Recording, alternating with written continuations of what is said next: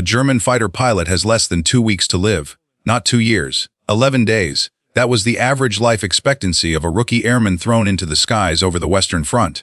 No parachute, no heat, no oxygen, just a wooden box with wings, a machine gun bolted to the nose, and a countdown clock that almost nobody beat. By the time this war ended, the German Air Service had bled out almost everyone it ever put in a cockpit. This is the story of how the most feared pilots in the sky became the most doomed men in uniform. Before we climb into the cockpit, hit subscribe and turn on notifications right now, because the War Files drop stories like this every week, the kind of history they never taught you in school. And if this is your first time here, welcome to the squadron. Let's go. Rewind to the summer of 1914. The airplane is barely a decade old. Most of the men who will eventually fly it into combat were still children when the Wright brothers first stumbled off the ground in North Carolina. Nobody in any Army high command actually believes this flimsy contraption belongs on a battlefield. And honestly, they had a point. These early aircraft were built from wood and canvas, held together with wire, and covered in fabric so flammable that a single spark could turn the entire aircraft into a torch in seconds. There was no armor plating anywhere on the frame. Not because engineers forgot, but because the engines were so weak they could barely lift a pilot off the ground, let alone the extra weight of steel plating. Guns were considered a luxury the aircraft simply couldn't afford. So for the first month and a half of the war, planes did one job only: they looked. Scouts flew over enemy lines, took notes, and came home. Pilots on opposite sides would actually wave at each other mid-air. It's almost funny now. This brief window where war in the sky was practically polite. That politeness died the moment generals on both sides realized what a pilot could see from 3,000 feet was worth more than an entire regiment of scouts on the ground. Once that clicked, the race to arm these aircraft began. And it was ugly, improvised, and frankly insane. Pilots started carrying whatever they could get their hands on: pistols, hunting rifles, shotguns meant for pheasant season. Some men literally threw bricks and grappling hooks at enemy aircraft, hoping to tangle a propeller or crack a windshield.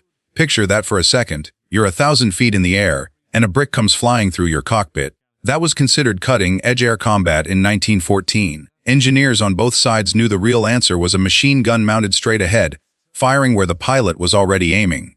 The problem: most aircraft had a spinning propeller directly in front of the pilot's face. Fire a machine gun through that, and you're just as likely to shoot yourself down as the enemy. Then, in April 1915, a French pilot named Roland Garros tried a workaround. His mechanics bolted steel wedges onto the back of his propeller blades, designed to deflect any bullets that happened to strike them. It worked for a while. Then, on a bombing run, ground fire clipped his fuel line, forced him down behind German lines, and he was captured before he could torch his own aircraft. His plane, wedges and all, was shipped straight to Berlin. A Dutch aircraft designer working for Germany named Anthony Fokker got his hands on it. And what he built next didn't just tweak Garros's idea, it made it obsolete. Fokker's team engineered a synchronization gear, a mechanical link between the engine and the machine gun that timed every shot to fire only when the propeller blade was safely out of the way. No deflection, no guesswork, just perfectly timed bursts of gunfire streaming straight through the spinning blades without ever touching them. This single invention rewrote the rules of aerial combat overnight. A pilot could now simply point his entire aircraft at a target and fire. No awkward side-mounted guns, no wasted movement. German fighters equipped with this system became the deadliest machines in the sky almost immediately. Allied pilots, flying planes that were suddenly outclassed and outgunned, started calling this stretch of the war the Fokker Scourge. Some British aviators nicknamed themselves easy targets before they'd even taken off, because everyone already knew what was waiting for them up there. Germany never had many of these aircraft, barely a few hundred built, only a fraction ever reaching the front, and rarely more than a couple dozen flying at once. And yet that handful of machines is credited with well over 1,000 confirmed kills. One single aircraft, statistically, could expect to bring down at least 3 enemy planes before mechanical failure or ground fire finally caught up with it. That's how lopsided this technology made the fight for a while. Here's the part almost nobody talks about: most pilots who died in this war never got the dramatic dogfight you're picturing right now. No long chase, no twisting duel across the clouds. Studies conducted after the war found that somewhere between 70 and 80% of pilots shot down never even saw the aircraft that killed them. The enemy dropped out of the sun, fired one short burst from point-blank range and vanished before the victim's brain even registered what happened. And that's assuming the enemy was even the biggest threat. These aircraft were mechanically unreliable to a terrifying degree. Engines seized mid-flight for no reason at all. Wings had been known to rip clean off during steep dives. And if a pilot accidentally let his aircraft slip into a spin, which happened constantly, there was, before around 1916, no known technique to recover. A spin usually meant one thing: a straight, uncontrolled plunge into the ground. Just keeping the aircraft in one piece during a routine patrol was its own small miracle. Actually fighting in it was a coin flip with terrible odds. And then there was the cold. As the war dragged on, pilots climbed higher and higher, sometimes 15 to 20,000 feet, just to stay above the enemy's guns. At that altitude, in an open cockpit, in winter, temperatures could plunge to -30 or 40 degrees Celsius. There were no oxygen systems yet. None. So pilots were simultaneously freezing and starving for oxygen, flying half-conscious, half-deaf from engine noise, with tunnel vision creeping in before they'd even spotted the enemy. They layered wool underwear, thick sweaters, heavy leather coats, multiple pairs of gloves, and smeared grease across exposed skin. And pilots still returned from patrols with frostbite eating into their fingers and faces. Then there's the detail that sounds almost too strange to be true. Many of these aircraft used rotary engines that couldn't run on standard oil. The extreme heat inside the crankcase would let it mix dangerously with fuel. The only lubricant that held up was castor oil, and it was consumed at a staggering rate, sprayed out through the exhaust in a fine mist that blew straight back into the pilot's exposed face for the entire flight. That's why pilots wore those long silk scarves you've seen in old photographs, not for style, but to constantly wipe engine oil off their goggles. Here's the catch nobody warns you about: castor oil is one of nature's strongest laxatives. Pilots were essentially breathing it in and swallowing it for hours at a time, flight after flight. You can imagine. And honestly, you don't want to. What that did to a man's stomach mid-mission, sealed inside a cramped cockpit with nowhere to go. And somehow, none of this was even the cruelest part. Parachutes existed. They'd existed since before the war even started. Military leadership on both sides chose not to issue them, officially because they were bulky and unreliable, working only around 6 times out of 10.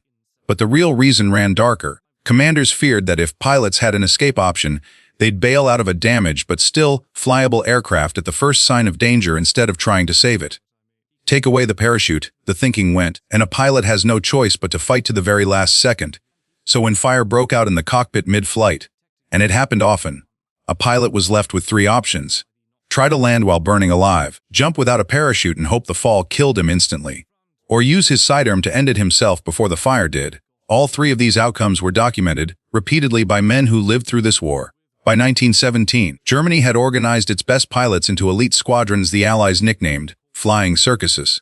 Aircraft painted in wild personal colors, moving from crisis point to crisis point by train like a traveling show. Manfred von Richthofen's blood-red aircraft became the most recognizable symbol of the entire war in the sky. In April of 1917 alone, a month British airmen would remember forever as Bloody April.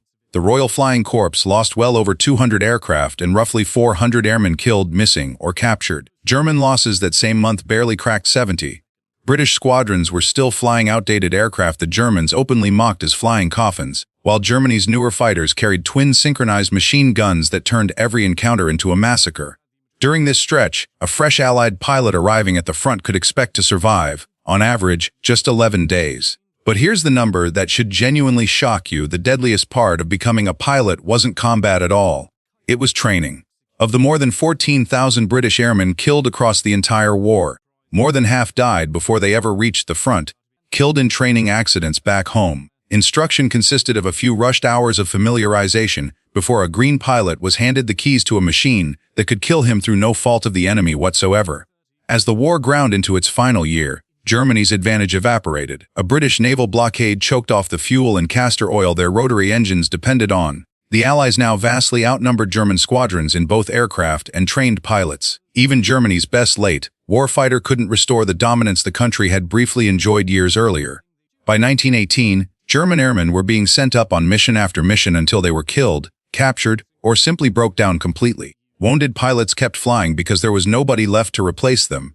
That desperation is exactly why Germany produced so many legendary aces during this war, and exactly why so few of them made it to the armistice. Germany finally began issuing parachutes to its pilots in the spring of 1918, purely out of desperation over the pilot shortage, and even then, roughly a third of the first airmen who tried to use them died anyway from equipment failure. Britain didn't authorize parachutes for combat use until after the fighting had already stopped.